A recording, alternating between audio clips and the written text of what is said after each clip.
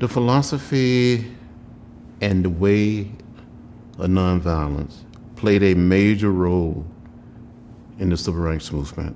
If we hadn't used the techniques and the tactics of nonviolence, if we hadn't accepted nonviolence as a way of life, as a way of living, then the opposition would have used examples of violence to stop the movement.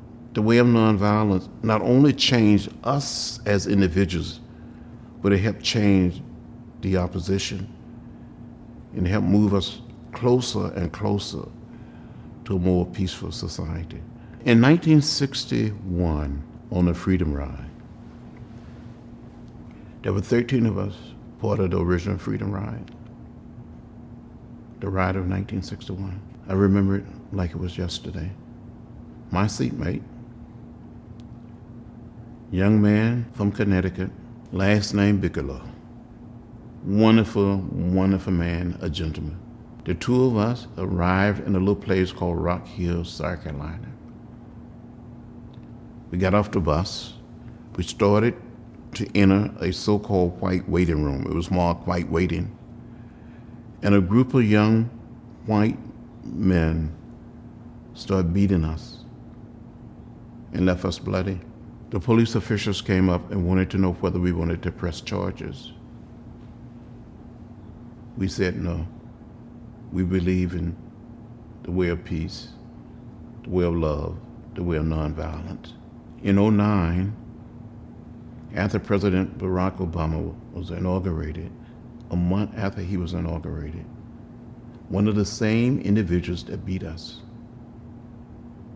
came to my Washington office, my congressional office, where I'm serving in the Congress, and said, "Mr. Lewis, I'm one of the people that beat you." He introduced me to his son. He said, "My son been encouraging me to seek out the people that I'd attacked during the sit-ins, during the Freedom Ride. I want to apologize. Will you forgive me?" His son started crying. He started crying. He gave me a hug. His son gave me a hug. I said, "I accept your apology." I gave him a hug. I started crying. It was the three of us hugging. Since then, I've seen this gentleman 4 different times since then. He called me brother. I called him brother. That's the power of the philosophy and the discipline of nonviolence. To be reconciled, to lay down the burden of race, to lay down the burden of hate, to become one people, what I like to call one family, one house,